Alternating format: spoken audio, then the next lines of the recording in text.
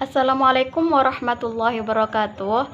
Perkenalkan, nama saya Sa'diah. Di sini saya dan rekan-rekan saya, Ulfatus Silvia dan Hitwati Imanina, kami akan mempresentasikan tentang fungsi dan manfaat media pendidikan.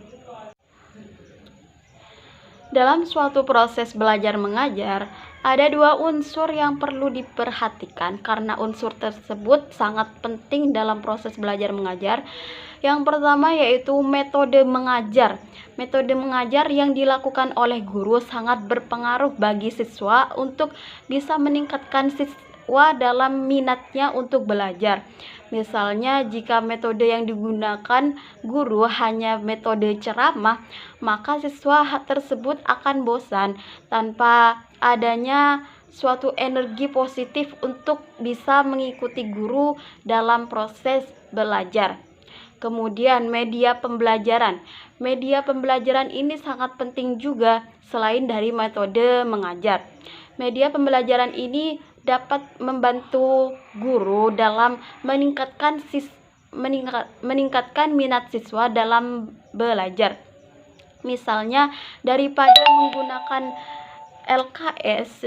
hanya menggunakan LKS, lebih baik jika ada suatu hal lain, ada media lain, misalnya ada media online atau penggunaan proyektor, sehingga para siswa bisa belajar menggunakan proyektor tersebut dan menggunakan suatu visual, dan hal tersebut dapat meningkatkan proses belajar mengajar siswa, dapat membuat siswa tertarik. Kemudian Hamalik juga mengemukakan bahwa pemakaian media pembelajaran dalam proses belajar mengajar dapat membangkitkan keinginan dan minat yang baru, membangkitkan motivasi dan rangsangan kegiatan belajar dan bahkan membawa pengaruh-pengaruh psikologis terhadap siswa. Seperti tadi yang saya sebutkan, dan Hamalik juga menyebutkan bahwa dalam media pembelajaran yang digunakan tentu saja sangat berpengaruh bagi siswa untuk membangkitkan minat siswa, tidak hanya sekedar menggunakan LKS saja. Kemp and Dayton mengatakan media pembelajaran dapat memenuhi 3 fungsi utama apabila media itu digunakan dalam suatu perorangan, kelompok atau kelompok pendengar yang besar jumlahnya, yaitu memotivasi minat atau tindakan, yang kedua menyajikan informasi, dan yang ketiga memberikan instruksi.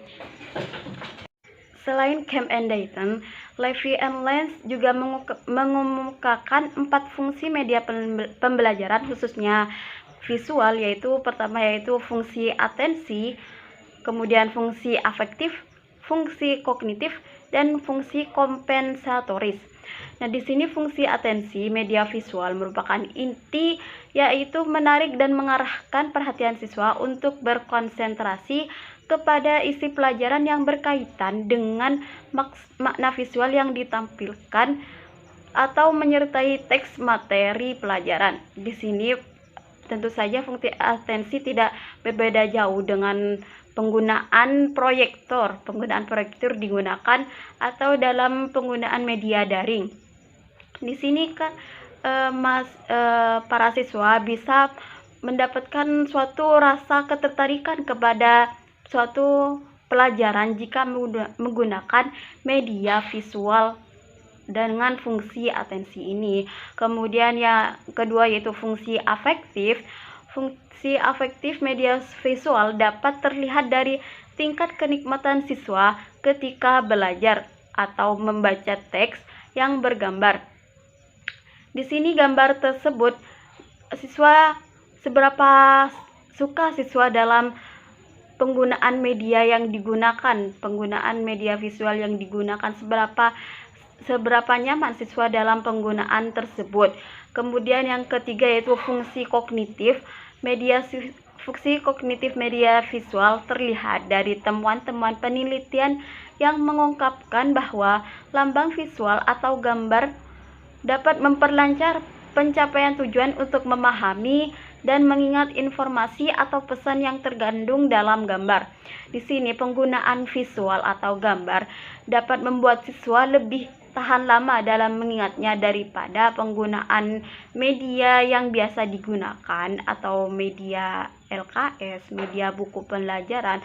Media visual ini lebih membuat siswa tahan lama dalam mengingatnya. Kemudian yaitu fungsi kompensatoris. Fungsi kompensatoris media pembelajaran terlihat dari hasil penelitian bahwa media visual yang memberikan konteks untuk memahami teks membantu siswa yang lemah dalam membaca untuk mengorganisasikan informasi dalam teks dan mengingatnya kembali. Media visual ini sangatlah baik digunakan, apalagi bagi siswa yang ingatannya lemah, misalnya hanya membaca buku. Nah, di sana jika dia hanya membaca buku, maka ingatannya akan mudah untuk hilang. Sedangkan jika penggunaan media visual, maka ingatan yang digunakan akan lebih tahan lama. Tentu saja hal ini sangat berdampak bagi minat siswa dalam belajar. Itu saja yang bisa saya sampaikan. Selanjutnya materi akan disampaikan oleh Ulfatus Sylvia. Terima kasih sudah mendengarkan. Assalamualaikum warahmatullahi wabarakatuh. Assalamualaikum warahmatullahi wabarakatuh. Saya Ulfatus Sylvia dari kelompok 2 akan menerangkan motivasi sebagai media pembelajaran. Motivasi sebagai media pembelajaran dapat direalisasikan dengan teknik drama atau hiburan. Hasil yang diharapkan adalah melahirkan minat dan merangsang para siswa atau pendengar untuk bertindak, yakni ikut memikul tanggung jawab, melayani secara sukarela atau memberikan sumbangan material. Pencapaian tujuan ini akan mempengaruhi sikap, nilai, dan emosi. Dan selanjutnya ialah informasi.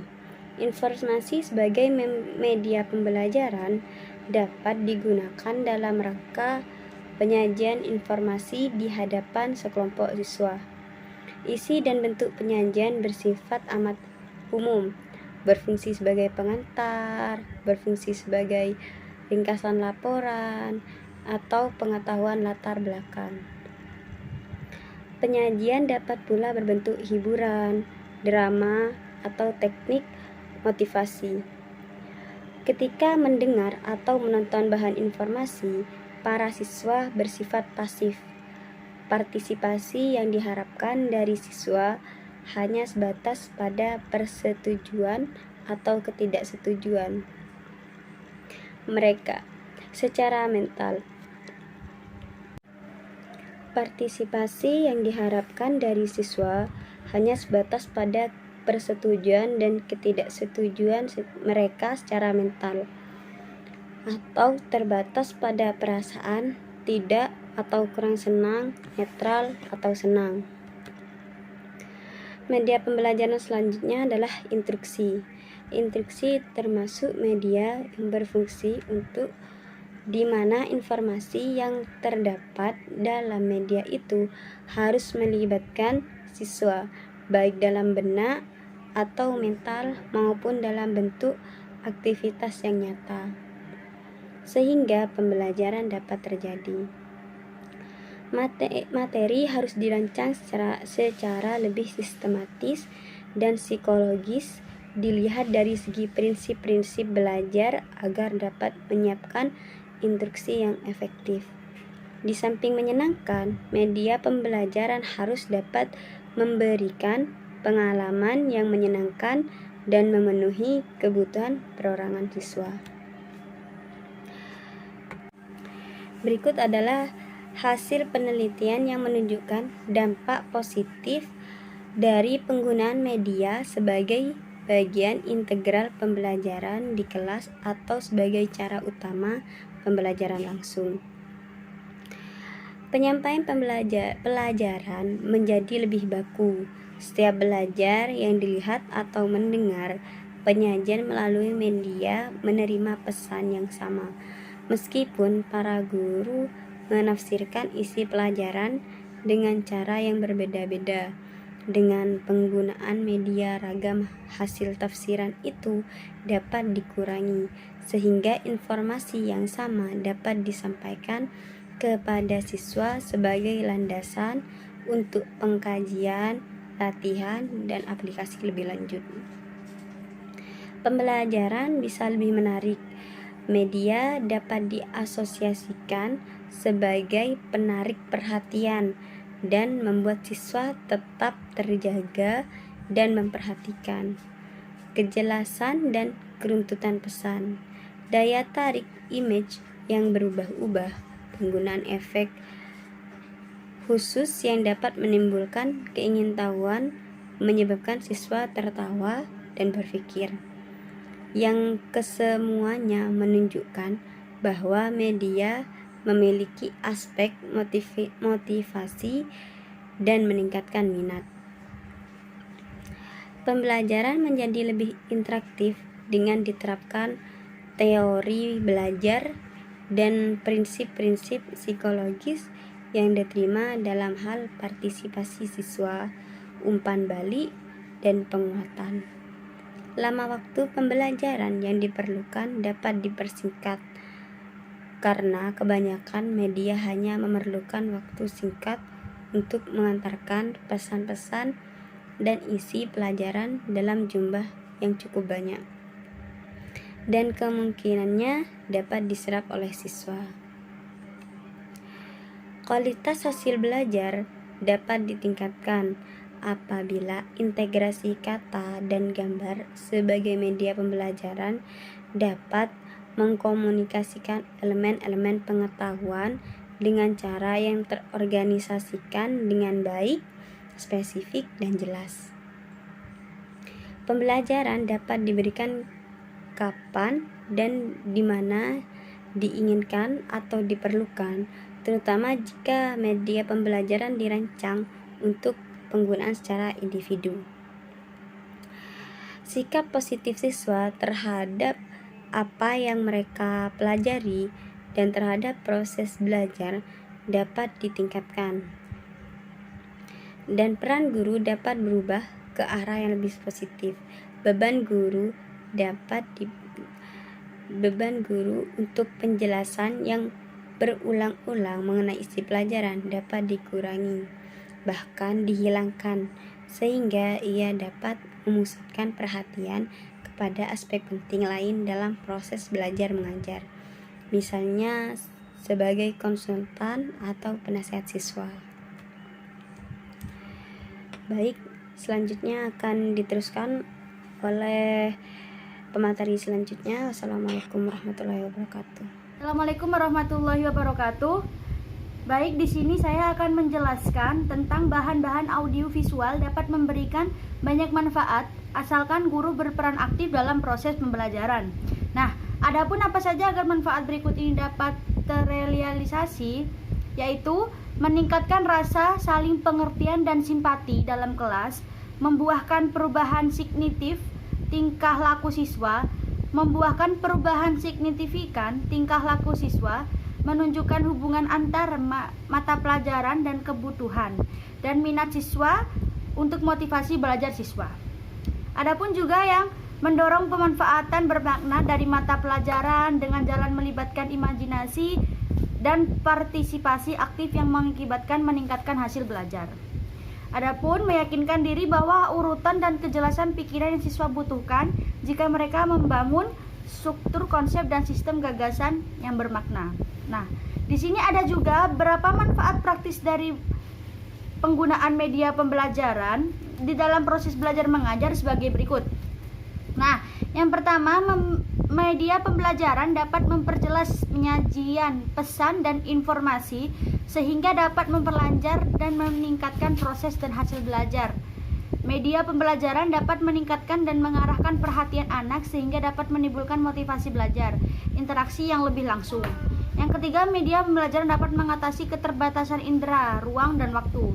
Yang terakhir, media pembelajaran dapat memberikan kesamaan pengalaman kepada siswa tentang peristiwa-peristiwa di lingkungan mereka, serta memungkinkan terjadinya interaksi langsung dengan guru, masyarakat, dan lingkungannya. Baik, cukup sekian dari saya. Wassalamualaikum warahmatullahi wabarakatuh. Sekian presentasi dari kelompok 2 dari kelompok kami. Kami mohon maaf bila ada kekurangan ataupun kelebihan, dan kami sadar bahwa kami masih dalam proses tahap belajar. Wassalamualaikum warahmatullahi wabarakatuh.